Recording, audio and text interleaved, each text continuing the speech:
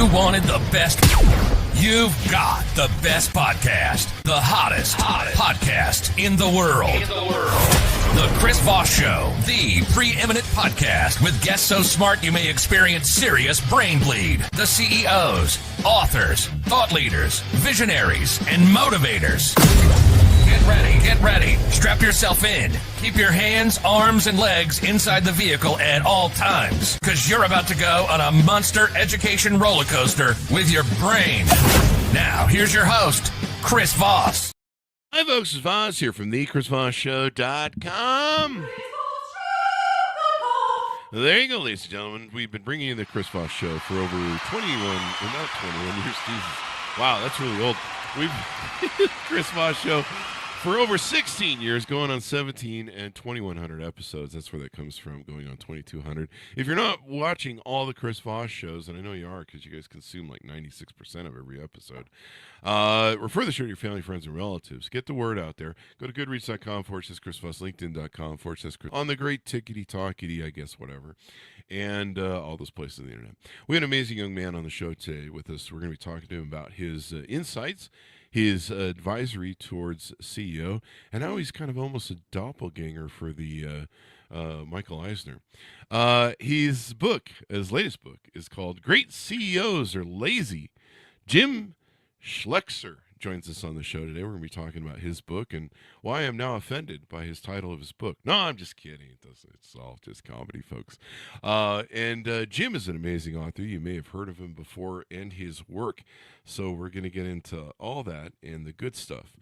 So Jim is the founder and CEO of the CEO Project, a renowned executive coaching company specializing in high-revenue entrepreneurs. Jeff offers a distinctive CEO coaching program that combines peer group discussions with personalized one-on-one coaching sessions that are led by former CEOs. Were they great or were they just lazy? We'll find out. He was an advocate for the concept of the lazy CEO, emphasizing efficient delegation and time management as an essential traits for successful leadership. I think I see where he's going here. He is an active supporter of many nonprofit organizations and an author of the latest book aforementioned. Welcome to the show, Jim. How are you? Great, Chris. Thanks for having me. Thanks for coming. We certainly appreciate it. So give us any .coms. Where do you want people to search you and stalk you on the interwebs? Well, you can stalk me anywhere you want, but the best place to find out about us is theceoproject.com. So theceoproject.com. There you go. And we're set up outside your window in your office there, so we're just watching. Yeah, I saw the black van. I was going to call the cops. Binoculars. Yeah. That's always a tip off. But yeah, we do that to all of our guests. So nice. Jim, give us on the book you have, give us a 30,000 overview of what's inside. Well, most CEOs are consumed with the use of time. I mean, they're spending 70, 80 hours a week, and many of them don't get the results they want. And what we found is the really good ones focus on what we call the point of constraint, the most high value thing in the business. And they spend 30, 40% of their time on that. And they kind of delegate and get rid of all the other baloney that they have on their desk. And yet, because of that, they get great results. So that was the whole idea of great CEOs are lazy. You don't have to spend 80 hours a week to get great results. You can spend, 50, 55.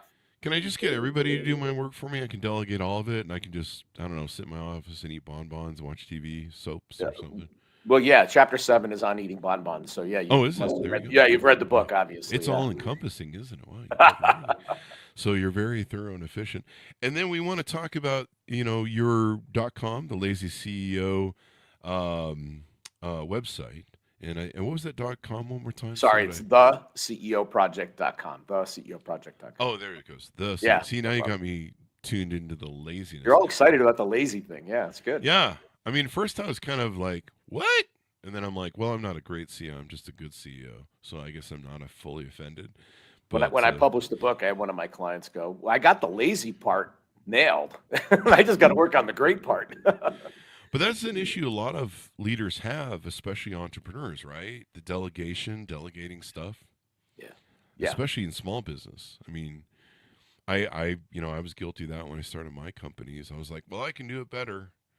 And you're like, but this really, is a job for somebody who, can actually do it better. Really, when it came down to it. But we came up with a rule to help people in that mode. It's called the 70% rule of delegation.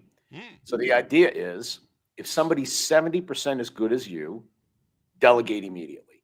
And the problem is most of us do what you did. They go, well, he or she's not as good as I am, and so I'll just keep doing it. Well, you're just doomed never to delegate anything at that point.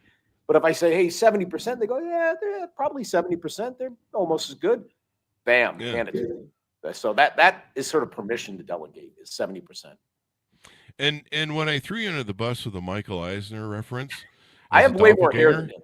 I don't know what you're talking about. You do. And you don't really look like him, but the thing that come up as I was making that joke was a picture of you holding your hands and you're going, and it does look like Michael Eisner. Eisner does have a picture like that. Yeah, I think he does. And so there you go. And I think he stole it from me, just for the record. I think his ears stick out like Obama's. I don't know that you don't have that problem, so I don't want to throw you too far into the Michael Eisner. But would you term him as a great CEO? Just a matter of conversation. Yeah, I think he had an era where he did a heck of a job. And that's the point. Everybody's got a shelf life. Very, very few people are CEOs for 20 years. And you're usually got about 5, 6, 7 good years in you. You come up with your ideas, you get them implemented, you get the benefit. Maybe you come up with a few more good ideas, and then it's time to go. Let somebody else take the reins. So, he had a cycle. He had a time when he was really good, and then there was a time he was maybe not so good. I think it was, who was it before him? Michael Eisner? Ellison? Michael Eisner? Pass. I think the CEO before him kind of had their time too, and then it kind of expired, and that was how Bob Iger overthrew him. Yep. I mean, average tenure for a public company CEO is like 3 to 4 years. Yeah, it was Michael Eisner. That's who it was. I had a CEO of one of the public companies on our show. There's probably been multiple ones, but we had this discussion about how it's so hard for a CEO to affect long-lasting change in a company because you only have like an average 3 years. Yeah. And he's like, that's really why a lot of CEOs don't invest in long-term R&D and long-term projects, is because they're not going to see the end of it. They're not going to get any benefit from it. No. And also in the public environment, you're not rewarded for that. You're rewarded for delivering this quarter and next quarter. And if I go, hey, wait, I'm going to invest. We're going to get it back in like 2 years. People go, yeah, 2 years is like forever. I don't care. You won't be here. I might not be here. So how did you tell us a little bit about yourself? You've written multiple books. How many books have you written? And then kind of how did you grow up? What influenced you, and how did you get down this road of doing what you do? Yeah, so I've written 2 books, one about being a great CEO and one, funny enough, about professional drinking, which we can talk about a little bit, right? Who knew it was a job, right? It's tough. But I grew up in sort of an upper middle class family, highly educated parents. Ultimately became a chemical engineer undergraduate. I was not a good chemical engineer. And so I pretty quickly moved over to business, sales, marketing, and I started running companies at 29 years old for other people. Small ones, medium, public, private, M&A, global. I mean, I kind of ticked all the boxes. And it was always sort of strategic for me that I was going to learn how to be good at this by trying everything. And it was either run a really big company for someone else or run my own company. And God intervened. I got fired, which occupational hazard. It happens. And I started my own business at that point. It was. I'm going to tell you what, Chris. I should send a thank you note to the guy who fired me. It was the best thing that ever. It was the best thing that ever happened in my life. The best. So that was what started my entrepreneur journey at 18. I got fired from McDonald's because my hair was too long. And I lasted a little longer than you did, but not by much. Yeah. My hair was too long, and I was I was wearing these rock and roll satanic shirts according to the religious guy who fired me. Oh, Van Halen evidently is quite satanic, and concert T-shirts, and I had this long rocker hair, and so he was like, you can't work here, and so he fired me. And then I went home, and my dad said, why don't you just do my old stucco company that I used to do that used to help when we were in summers. And so that's what I did. We started a stucco company, and off we went. But nice. What is that old thing? Necessity begets. Necessity is the mother of invention. There you go. There Yeah. you go. So, So I went back 3 or 4 months later, shook his hand. I was making more than he ever ah, made. And I actually thanked him. I yeah, wasn't vicious about it, but I said thank you. And by the way, I now earn more than you. So you've given me and I had no idea what sort of gift he'd given me, yeah. over a lifetime of being an entrepreneur. But once you get that drug, you're stuck. It's there's a line that goes, the definition of an entrepreneur is somebody who will work 80 hours a week so they don't have to work 40 hours a week for someone else. So it's I not like you love get that. a break on the hours, but you have freedom. You I get to love pick. that. Yeah. I mean, still to this day at 56, from 18, what is it, like 36 years or something, I've been an entrepreneur. Um, and I mean, I could never work at a corporate job. I mean, number one, they never hire me. They'd be like, you have like, technically no experience, and you don't get along well with others, clearly. Um, I we, tell people I'm terminally unemployable at this point. Like, Terminally. hey, Jim, you need to come to the 3-day strategy meeting. I'm like, yeah, that's not happening. Yeah, that's Just not no, happening. That's not not happening. I happening. got video games I gotta play. But yeah, that's true. To this day at 56, I still like when holidays happen. I have no idea. I'm like, why is the bank closed? Why can't I go anywhere today? They're like, oh, it's a 3-day holiday, Chris, and a 3-day weekend. And I'm like, well, that must be nice I'm just pissed that I can't do business right now, and Yeah. no one's paying me because it's a holiday and they're out spending my money. Hmm. And yeah, I'm still like that. Like I'll forget about stuff and I'll be like, Thanksgiving? They give you time off for that? Oh, all right. And because you're just 24/7, you just Yeah. work it. No. You know, When I talk to mhm. CEOs, I go, how many hours a week you work? They go, uh, when I'm awake. Like you're always thinking about it, right? I mean, your Dude, brain never turns off. at the peak of our companies, we in our empire of companies, we had quite a few companies we ran at the same time, so it was complete insanity and madness to Mm. be a CEO of them all. And at the peak of it, I would dream business. So I would have dreams of who I was gonna, what I was gonna do when I was fire somebody the next day that we knew we had to fire, or meetings that I would have. I would dream the pre-dream of those meetings and shit. It was like my brain Yep. was preparing me for the next day, and I would complain to my managers. I'd be like, I would just like to have a dream of maybe a pretty girl running on the beach, maybe, kind of that Bo Derek thing, or Yep. anything but business. Like every dream is business, business, business, and I'm like, can I just have a dream of a dog running through a field? Maybe something. And then Yeah. when it would happen, I'd be like, hey, I had this dream, man. It was great, and it wasn't about business. And Oh, so, nice. yeah, that's the life of an entrepreneur. And what's funny is I follow a lot on TikTok, and there's a guy on there who buys and sells planes. He's a plane broker, and he's been doing it all of his life. And I think he's in his 60s. He's a pretty debonair, Oh classic-looking yeah, I know, like Italian an guy. elegant guy. People Yeah, come in to buy very planes from him. classy. Yeah, yeah, I've seen Yeah, him. He's he's got like awesome. a wall of Yeah. data that's really cool. And so I follow him because he's got a lot of class and he seems really cool and he knows what he's doing. But I'm pretty sure he's in his 60s. If he's in his 50s, life's been hard. Nah. But kind of like how I look. But I think he's in his 60s and he was doing a run through his day. He was showing what a day of Hmm. his life is like, and he actually goes to the gym in the middle of the day, which is wild. But in your 60s, I think you have to. I think it's a law. Um, just to stay alive, basically. Is that how it Yeah. works?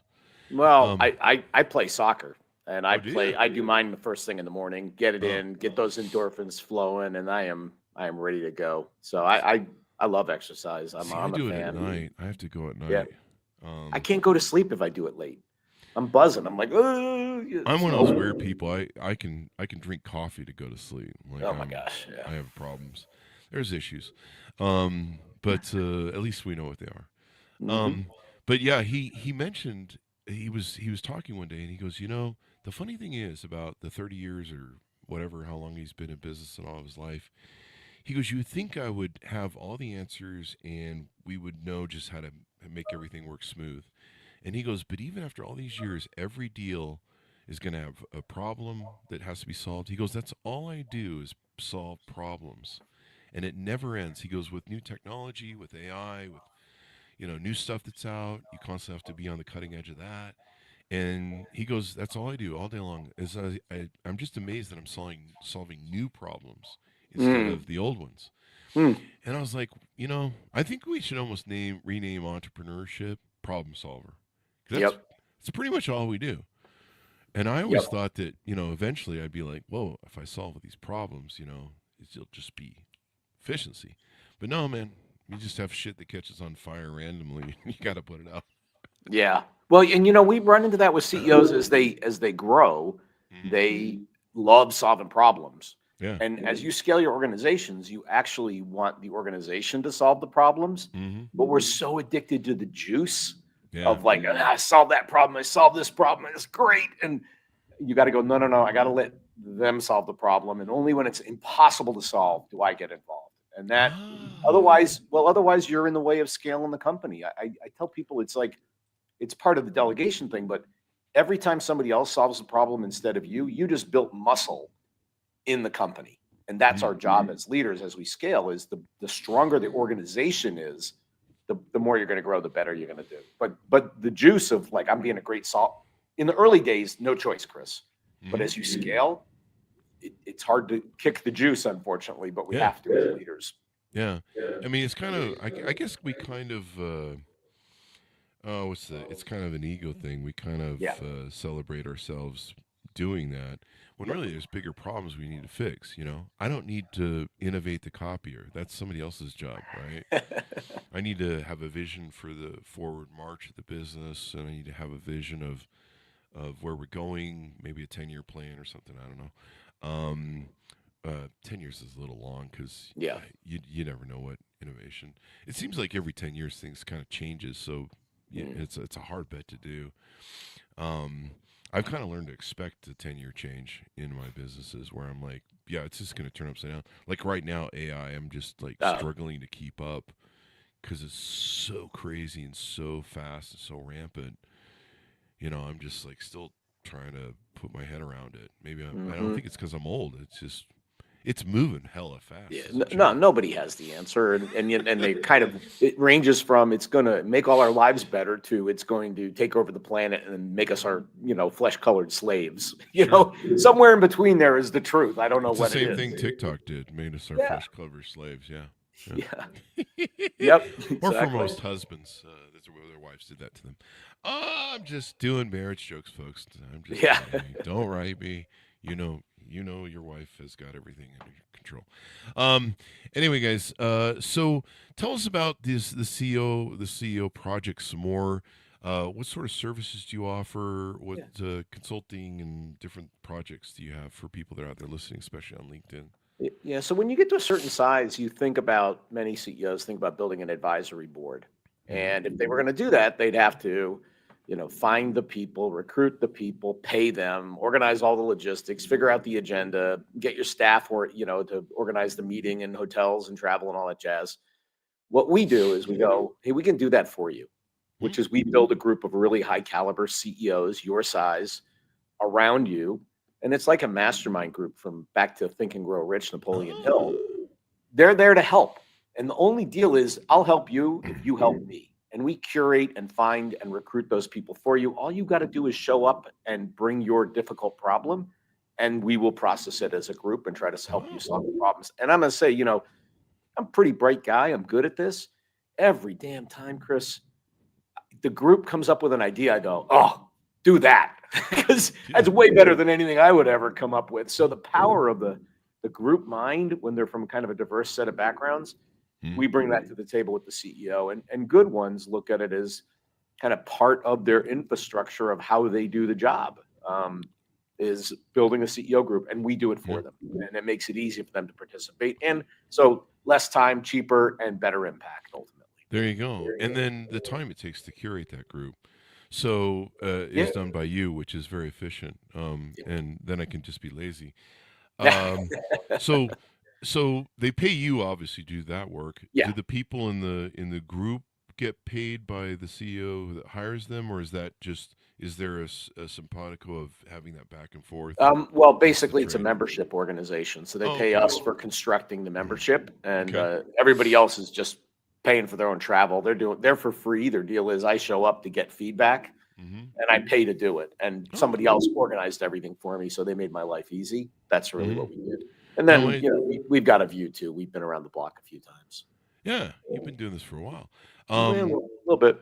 When I wrote about this in my book, Beacons Leadership. When I had my business partner and best friend of 22 years, and we'd been business partners for 13, 12 years, and we'd had a really great run, but we got Mm. I got Yoko Ono'd by a girlfriend who was like, "You don't really need Chris." And turns out he really did, but he found that out later. But she basically talked him into quitting one day, Oh and wow, you're right. She pulled a Yoko on you. she Yeah. really did. She really did. And now he has never amounted to anything since then. He was really surprised that you can't walk out of your own company and go someplace and be like, "I need $40,000 a month after taxes. Will you just pay me that?" Because I was vice president somewhere else, and he was really surprised that that's not really a thing. It's especially Yep. when you've been the VP and you've been following me around for 20 years innovating. Those Um, jobs are few and far between. I saw a stat the other day about the wealthiest people. uh, Like 75% of them are entrepreneurs. oh If you're yeah, not running your own thing, it's hard to accumulate real wealth. yeah, yeah. And so when that happened, I had no sort of, I was used to having him as a sounding board, and Mm. for over 22 years as a friend and 13 years as a very loyal, best partner you can ever have, really, up Mm. until the Yoko Onoing. And so I had nobody, and I was pretty isolated. And this was in the 2000s, and the internet was just barely coming up, so there wasn't a lot of resources online like you can have now. You could build like virtual groups and boards and stuff. Mhm. And so I knew a lot of entrepreneur friends, so I came up with something I called the virtual board that I wrote about in my Yeah. thing. And it's basically what you're talking about, only you've sophisticated, taken to that next levels. But it's basically I called up my entrepreneur friends and I said, "Look, I got nobody, and I really don't want to pay some fucking attorney. I really don't want to hire a board because then you got power issues and all that sort of Yep. stuff. I don't share power well, I guess, but I really don't want to pay for it. It was basically money, and so I said, "Look, I'll give you open access to me if you need to call me to run something by me, ask an entrepreneur question for whatever your field is. Some were like photographers, some were, they were all different fields. And I was like, but if I call you and I need to bounce something off you, I really need to be able to make that connection, because usually I'm firing on all cylinders, and I want to run with something, I want to innovate." And they're like, "So I'll give you access to me anytime you need to call me. You can call me if I can call you at any time and do you." And it worked great. It made an Nice. amazing virtual board, but it was hard to. Yeah, I was lucky that I knew enough entrepreneurs to curate it. Yeah. Nowadays, I kind of have a harder time because I've been so isolated. I work from home since 2004, and usually I'm looking for more people that are diverse, but also are kind of at my league, if you will. Yep. So, Yeah. And that's one um, of the key differentiators. Most peer group models, and there are a few other competitors out there, mhm. they'll take anybody of any size. Yeah, And so, you're running a $30 million software company and you're next to a guy running a $4 million scrapyard. And yeah, you're like, I don't know what I'm going to talk to you about or how you're going to help me. And the answer is they yeah. can't. What we do is if you're $100 million, you're with other people in that range. So they're Mhm. dealing with the same problems you are. And they go, oh, yeah, Yeah, sales comp. Yeah, I just fixed that last year. Let me tell you what I did. Up, up, up, up, up. And you can take, half of it probably, and I off you love it. go. I I think the love other it. thing is all of our advisors are former CEOs. So it's Wow. not like I woke up one day and decided to be a CEO coach. I mean, I actually did the job for a long time. So we got a little experience too. I love that because that can make all the difference. I mean, I keep private Facebook groups with high income, successful men, like Hmm. I think I am, but I'm just really some guy who lives under the viaduct down by the river in a van. But One of his and best bits ever. yeah, it's so great, Jim Farley. Um, but so I keep those friends. I learned a long time ago. What's that old line? The 5 or 6 people you keep around you, you become. Yep, So you're, I you're quit the hanging with the average of. vagrant. Yep. Yeah, so I quit hanging down by the river with my friends, And we have some tents down there, and some meth and stuff. Anyway, don't do meth, kids. It's a joke. Yeah. Don't write me. The cops are knocking on the door now. Yeah, What's that? case of Pabst Light. I mean, Yeah. it was great. Case of Pepsi. and so and so I started collecting friends around me, and a lot of them are virtual, so they're international friends, but they're friends that go to Davos, and Oh wow. and they're people that are interested in putting a dent in the universe. And so by keeping those people around me and having that access, but that's just kind of like a friend group for me. It's not really a business group, although sometimes I can run problems by them. But we're all in kind of different places. Like, I don't go to Davos. I don't really even care to go to Davos. I don't even want to go to Davos. It's fucking cold. If they had Davos in the summer, I'd go, but I just really don't care. And Bill Gates isn't going to do anything for me other than, I don't know, I'm teasing him about something. I'll be like, hey, I got this blue screen on my computer. Can you help me? Anyway, so for clients that you're looking for to work with your project, is there a minimum net worth they need to have? Is there a minimum, who are your clients, so that if they're listening out there, LinkedIn, et cetera, on the podcast, Yeah. they're like, oh, I'm a fit. I'm that guy or gal. I'm not going to get rejected by Jim going, no, Yeah. we're not working with you. Unfortunately, we do that once in a while. But You and I. minimum revenue of $20 million. We prefer Okay. 25 or 30. Okay. A learner, humility, but a performer. So that's a combination you can't always get. Like high performer with some humility that says maybe I don't have all the answers. People that think I have all the answers, I'm like, yeah, okay, great. We're not for you. That's fine with us. You solve your own problems. And then So up you to want our people. largest, Go our ahead. largest clients are about 2.5 billion. 2.5 billion. There you go. Yep. That's a Mhm. that's We'll go a that big. yeah. I do 2 billion in sales if I write the check for it, but the check's not Perfect. bounced. Um, Sign them but up. but no, that's a humility. That's got to be a little hard, because we're kind of. I mean, number one, we usually have the ADHD CEO disease, so there's that complication. I was doing pretty good with mine at 56, and then I started taking testosterone replacement, and that shit came back like a fire, man. I thought I had that ADHD managed. Oh, it's back. It's back. Squirrel. And Yeah. Yep. but also the humility part, because normally we have some pretty dark triad traits. Machiavellianism, psychopathy, narcissism. You Yep. kind of. Yeah, I think you have to have a little bit of narcissism to get up on a stool and bark at people orders all Yep. day, or you're trying to bark your vision at them, and you think that they give a shit or something, but you're paying them to. So that's the only reason they're listening to. But there is kind of that. So I imagine it might be hard for. I'm not sure I'm fully humble. I'm not sure if I think most of my girlfriends would be like, he ain't humble for shit. So I don't know. Yeah. Well, we kiss a lot of frogs to find a prince. So we're not for everybody. But most My people girlfriend says that too. kiss So a I lot don't of know. frogs. Yeah, I don't know what that's about, but I think she's been calling me a frog this whole time. Yeah. Ribbit. Yeah. Yeah. Yeah, but they're out there. They really are. And I think your Machiavellian comment is on point, actually. If you're in a position like CEO and you don't like power, you're lying. Yeah, that's true. You're just lying. So you like power. You may go, well, it's like the force. I use it for the good. I use the force for good, not for evil. Okay, fair enough. But it's Spider-Man. still power, and Yeah. you're just good at using it. And so I Yeah. agree on the Machiavelli. We all are a little bit Machiavellian, and we all think we're pretty special, and we are. Yeah. But you got to be able to suppress that a little bit sometimes. So My girlfriend says I'm special too. So does my mom. Yeah. But I'm not like sure. short. They look at me kind of in a short bus sort of way. Like, Yeah. you're kind of special. My husky does that as well. I get side eye from my husky and lots of judging. So, but that's how they work. So you got to be humble. You gotta have some honesty, and that's the thing I was humbled by early on in my CEO thing. I smacked a lot of new companies out of the park, and I was just creating endlessly, and then suddenly that bat went bad, and I kept smacking home runs after about 4 or 5 companies in a row, and people around me were like, "Ooh, maybe you lost a touch." And I had to learn I wasn't the purveyor of all the greatest ideas in the world, even though my title was CEO. And fortunately, I'd read Peter Senge's book, Fifth discipline. Yeah. The fifth discipline. And so my cultures that I'd always been pre-building in my corporations was trying to build learning organizations. Yeah, good. And we used to have this, one of our learning organization rules was there's no stupid question. The only stupid question is the unasked questions. So please ask questions.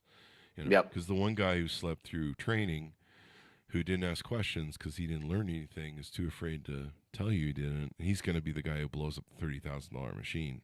Yep.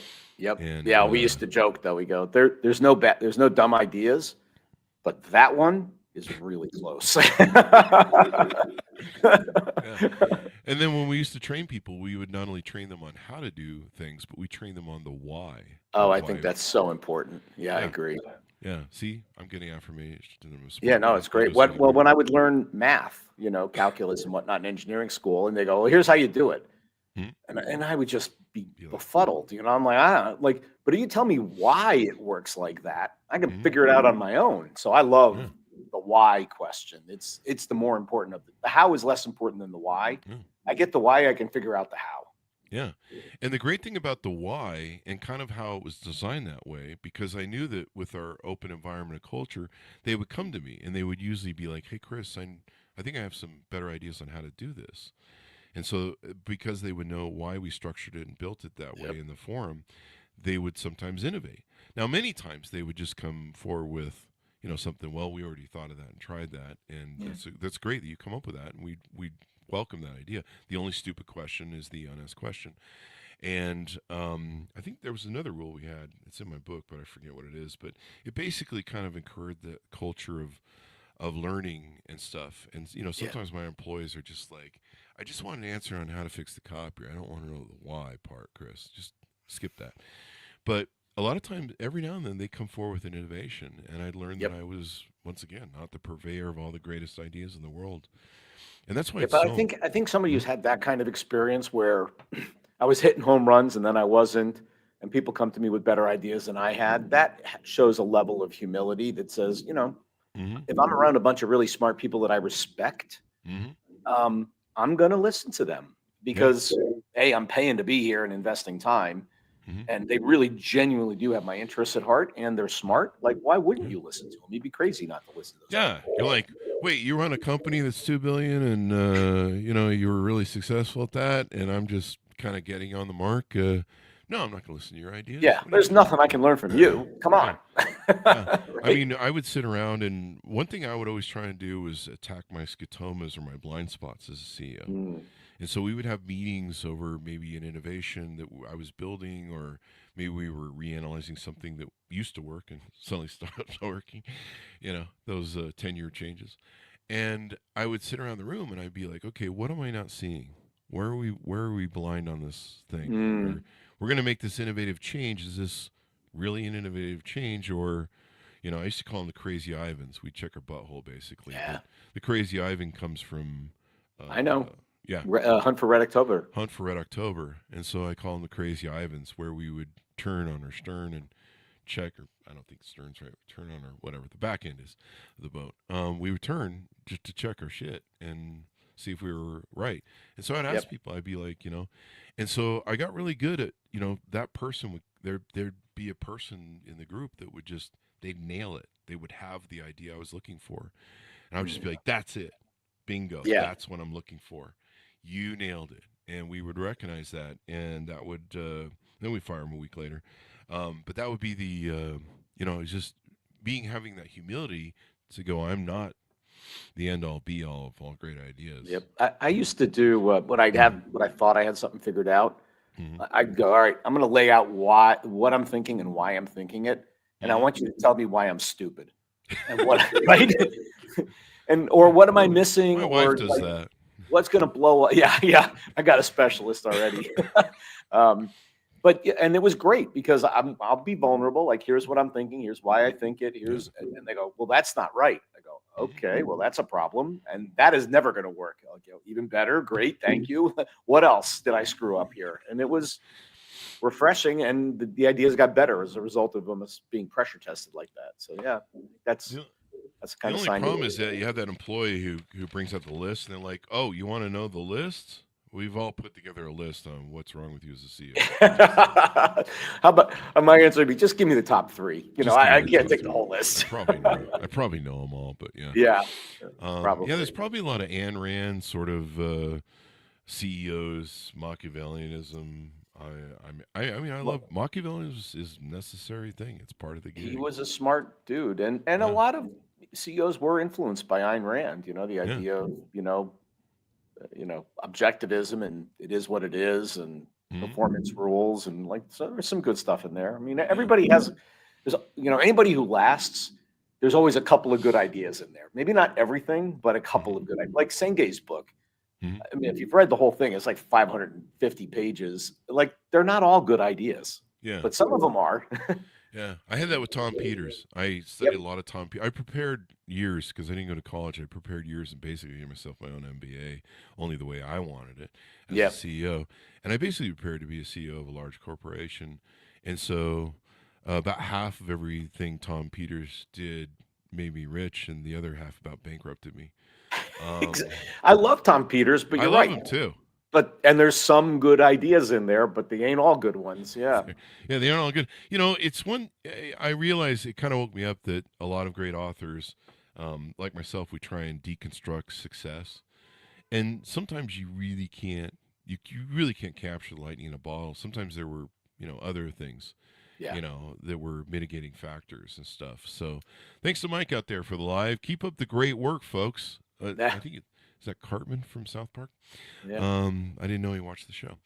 But yeah. We run into that on some CEOs once in a while. Let's say they early, like you did, early days, they had a couple Mhm. of big hits, and they go, "Well, I am obviously just that smart, right? I have I'm the that guy, touch. right? Let me just Yeah, touch you with the the Midas hem of my touch. claw, and you'll be granted gold and beyond measure." And the reality is, like, sometimes it was the circumstances. You just Mhm. got lucky as heck. You were in the right place at the right time, dumb luck, and you won. And Mhm. then the next time it doesn't work, and they got to really they got to check themselves because they go, Yeah, well, wait a minute, I'm the man with the golden touch, and it yeah, ain't working anymore. What happened? And the reality was you overestimated your impact on that situation as opposed to exogenous criteria, like things were yeah, just happening around you. yeah. Market was moving up like crazy. You rode the wave. This quick story. We had one company, one division. They came in and they're reporting their results for the year. They go, we are up 38% year over year on revenue. Mm. Man, that's amazing. We go, what's the market up? And they go, 55. We go, wait a minute. You lost market share. Everybody else in the market. You didn't do a very good job, even though you're Yeah, up 38%. So, it can happen. You're in an environment like that. Think you're a yeah. genius. And falling back to something I've been trying to set up is showing your staff that humbleness and that Yeah. willing to listen. I think is a good emotional intelligence trait. And one of the things I always learned, especially in working for other people when I was young and consulting that I've done, is is having that humbleness to be able to listen to other people and know it's always been important to me to be a fair judge because I've seen CEOs or leaders or managers that are very poor judges and they lose trust to their employees very quickly. There's lots of different variations. Like there's the high school popularity contest manager, where no work really gets done. It's just about worshiping him. It's kind of like a little Mussolini sort of project. Mm-hmm. Um, and so I try and always show that I'm a good judge, that I'm fair, that I'll listen, that I'll consider things. Unless, of course, they're completely wrong and I'm right, then that's different. Um, but there's the narcissistic Machiavellian peering his head. That'll be in therapy tomorrow. Yeah. And Well, you got something to talk about tomorrow. It's all yeah, good. yeah. I mean, because I don't want to talk about the real issues. Yeah. Anyway, but yeah, showing that humility, that emotional intelligence and stuff, I think is a really big deal. Yeah. And people look for that. Leadership is a big deal because a lot of people usually, I think one of the top reasons they leave a company is poor leadership, right? 100%. I wrote an article about this. It was people come for the mission and they leave for the manager.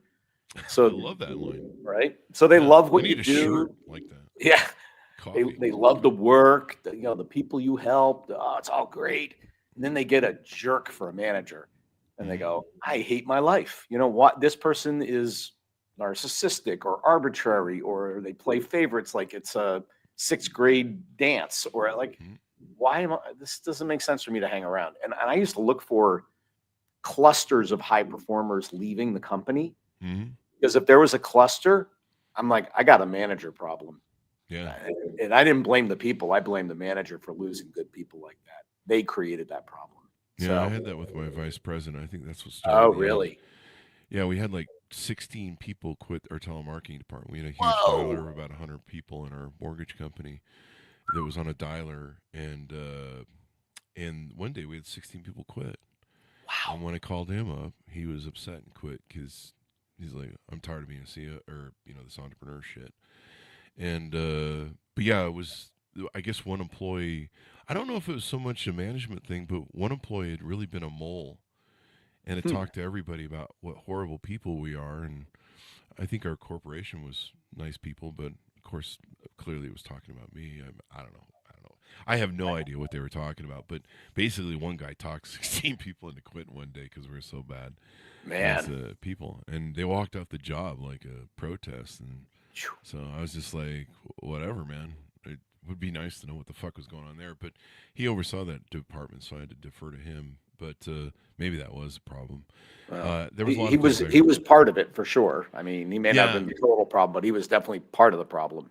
it shocked me that he wasn't aware of it because I was, Hmm. I was aware of sabotage or people in my ranks that you'd write them up for something and then they would they would start grinding stuff and doing stuff, um, and being subversive and shit. So you'd always be watching for we used to call it in the car business back in the 80s and 90s tubing, and so it would be tubing an employee, basically depressing them and getting them to Uh, quit by just telling them how horrible everything is, and yeah, and so you get these people, and I think I've talked about this or written about it, and basically you need to watch for those people because they're cancer in an organization. yeah, yeah, and it's amazing. The worst combination. If you think about the little four-box grid, right? They Hmm. high performance level and toxicity level, right? Like low performer, high toxicity, easy Hmm. decision. See you later, right? The Yeah, hard one is high performer who's toxic. yeah. I've seen They that make movie. they make the numbers, they sell mortgages, they Oh yeah. sell cars, but they're a pain. No, everybody cringes when they walk in the room. Oh yeah.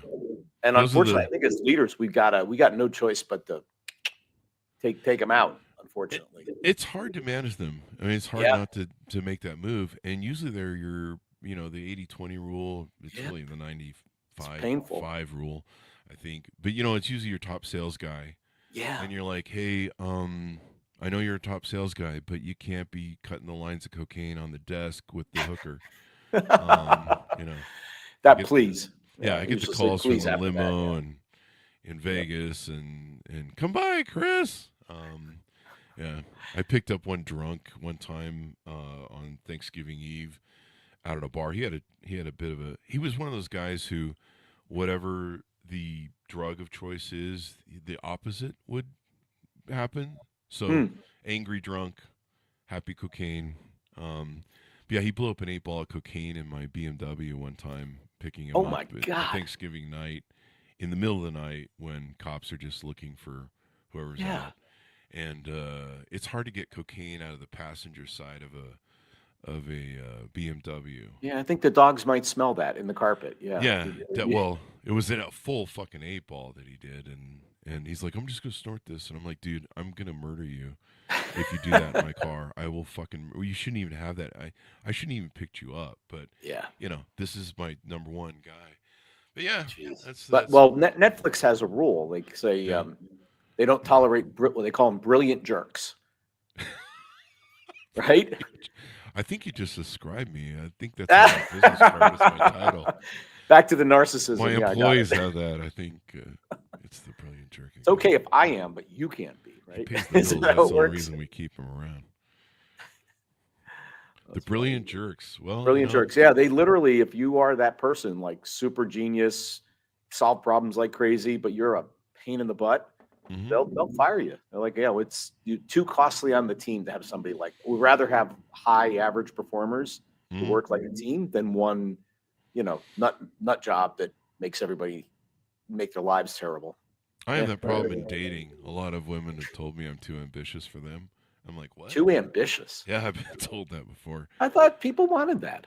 Not in Utah. Utah is kind of a low self-esteem. It's a state where they have it's the number one state, I think, in the consumption of depression medicines. Ooh. So, a lot of it's very different here than California or Vegas where I live as well. And that's kind of interesting. Yeah, I mean, I've always been coastal, either California or East Coast. Yeah, And ambition is it's always been a thing. Yeah, money and success is really important in those states. Here, they're just kind of like, yeah, that's a little too much for me. We like our kind of laid back life. But yeah, and I've been told I'm too intelligent either. So evidently, I guess that's the reason I've never. You're too intelligent. Yeah. So what are we going to do? Eat lead paint chips or something? Pretty much. I mean, if you've ever been to Utah, you might see that. But no, it's a laid back life here. It's kind of like being in Kentucky. Only the stills are caffeine free. Yeah, instead of whiskey. Yeah. But you know the joke about Mormons, and I'm gonna get you letters on this one. You go, don't go camping with one Mormon. They'll drink all your liquor and smoke all your cigarettes. Yeah, exactly. Yeah. How do you get a Mormon to drink? You make sure there's no other Mormons around. There you go. Yeah, that's it. Same joke. A lot of those tropes, and and they're very freaking true. But hey, it's people, whatever you want to believe to get through life, it's your business. Just keep it out of mind. But yeah, we've done enough Mormon. I refer to it as the cult because I grew up in it, and so yeah, I get it. I get enough hate mail from those people anyway. God bless them. God bless them. Did I just say that? Yeah. Anyway, so in Memphis, that doesn't mean what you think it means. It was so funny. My mom used to do that. Bless your heart. Oh no! Ooh, that's rough. In Utah, and I don't know where she picked it up. I think my uncle was down south, so I think she picked it up from him. But she used to say that to people, and finally I pulled her aside and I go, Mom, I don't think you know what that really means, especially in the South. Exactly. Yeah. So there you go. So what haven't we touched on that we should tease out to people to get them to pick up the phone, pick up the email, and reach out to you guys on what you guys do at the CEO Project? Well, this idea of focusing on the point of constraint, or what we call the kink in the hose in your business, it's the secret to getting amazing results and not working a gajillion hours. And it's simple to learn, hard to do.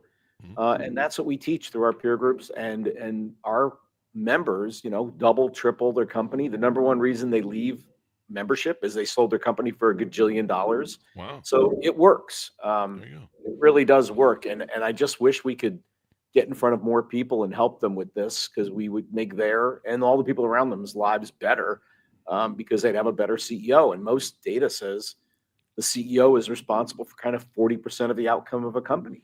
So better CEO, better outcome. And that's what we can help you with. So if you fill that bill and have some level of humility, we'd love to talk to you. And then you have people on your side too. I know we've talked about this with successful CEOs at some of the public companies. And one of the problems is sometimes people on the board aren't really there to help you. And the day they get the data that you give them or you share with them, your constraints or your concerns, or it's kind of like crying in front of a woman or telling her your problems. She's going to throw it back at you later. Well, we say that a public board, or frankly a private equity board, that is not a no consequence environment. Yeah, like those conversations all have consequences. You have a peer group like this, an advisory board like this, you can go, hey, I'm not completely certain what to do here. Yeah, and it's okay. You can't say that in front of you. Tell it to the board, man. Right? They go, have a vote. I'd like to go into executive session and discuss the replacement of the CEO now. It's all over. There you go. So give us your final thoughts as we go out. Tell people how they can onboard, reach out to you, get to know you. I don't know if you want to plug the CEO Summit. I see something about that on your website too. Please do reach out to us. We're all over LinkedIn. Go to theceoproject.com if you're interested in having a deeper conversation. I'll be the guy who talks to you. You get to talk to Jim for whatever that's worth. All right. And we'll see if it's a fit. Sometimes it is, sometimes it isn't. And if you want to grab the book, Great CEOs Are Lazy. I should probably add like runaway bestseller or some fancy word like that. But anyway, you can pick it up on Amazon, Audible, Kindle, or hardcover. And if you listen to the audiobook, you get to hear me speaking it. So if you have any trouble sleeping, people find that useful. So anyway, that's how you get a hold of us. We'd love to chat with anybody. Fits the bill. I have a feeling that my employees are going to listen to this episode when they edit it and stuff, and I know what books I'm getting for Christmas. I'm going to get like 5 of your book. Well, I tell people, they go, oh man, my boss could use that book. I'm like, you remember the commercial where there were 2 people in the hallway and they had a bottle of Scope, and they're like, I don't want to give it to the boss. You give it to the boss. Like, you're going to put the Scope on the boss's desk, right, to tell him or her that they've got bad breath. I'm like, you're really going to put great CEOs are lazy on their desk? Like, who's doing that, right? You got to have a lot of guts to do it. So there you go. Hopefully you didn't get your head lopped off. So thank you very much for coming on the show, Jim. We really appreciate it, man. That was way fun, Chris. Thanks for the time. There you go. And I love the concept idea. I've checked my attorneys because I came up with a virtual board concept in the 90s. So we may have to talk privately. No, I'm just teasing. I'm just doing jokes, folks. I promise I won't charge you royalties. You're good. Yeah, okay. You've taken it to the next level, which is great because it is hard to curate. Like, I try and curate in my local friends group, those private groups I have that, they're kind of for business, but they're really just men who are in the same space that I am, that, we're up on that high wire. Yeah. And people, people always come to me and they're just like, it must be so nice to do what you do and you love it. And you can do what you want. And I'm like, no, I live in a gilded cage on a high wire. Yeah. And the higher it goes and the more I make and the more successful we are, the more I look down and you realize how alone you are. It's really lonely. Yeah. Because they say it's a lonely job. I had one CEO I was talking to, and he had some law change, and he had like a $700,000 tax bill that arrived that he was not expecting, right? Mm-hmm. So we talked about ways to manage it and mitigate it and whatever. And afterwards he goes, there is nobody I can talk to about this. Yeah. None of all my hunting, fishing, biking friends, none of them would understand this on any level. So it's hard to find people who can get it. Really, I've tried to talk about people when I'm playing Call of Duty, but the gaming community isn't really evidently. And they go ja. And they're like, what? What the fuck are you talking about? Yeah. And I'm like, you should also change the batteries in your fire alarm. So anyway, thank you for coming on the show. That's a big thing in gaming. There's a lot of people that they get used to that beeping fire alarm, low battery noise. And so you'll be gaming and all of a sudden you'll hear this beep, beep. Oh, that's like, hey, funny. Dude, have you changed the battery in your fire alarm? And they're like, what are you talking about? I'm like, maybe you should take a break from gaming for a bit. How about go take a shower, change your underwear and change the battery in your smoke detector.